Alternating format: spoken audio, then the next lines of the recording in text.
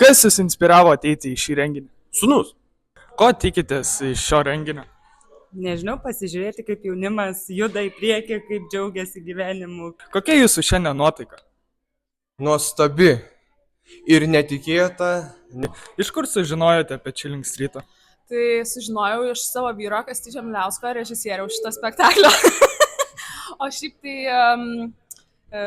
Egidijus pakvietė mane būti komandos dalimi, tai dalinuosi. Kokios nuotaikos yra jūsų pasibaigus Chilling Street gimtadienį? Iš tikrųjų esu nustebinta viso to įdirbiu, kurį jaunimas veikia ir ką daro šitą organizacijai.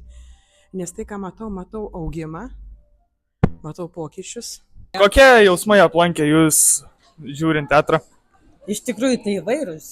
Iš tikrųjų labai dviprasmiškai. Keista buvo tiesiog žiūrėti, kad jau vaikai yra užaugę, galbūt dėl to. Ir keiksmažodžių buvo nemažai, kas atrodo keista, galbūt namie to negirdi, bet realiai toks tas gyvenimas, ką jaunimas jau yra, jau nebe vaikai yra jau jauni žmonės ir tiesiog toks gyvenimas mūsų laikais irgi kažkas tokio panašaus buvo. Kaip skiriasi jūsų nuomonė prieš teatrą ir po teatro? Mano nuomonė iš tikrųjų nepasikeitė, tik dar labiau pasiprėjo, nes tikrai susiduriu pats savo darbo praktikoje su tokiam situacijom ir labai super parodėt ir tikrai kiekvienam žmogui vertėtų pamatyti tai gyvai. Ačiū labai.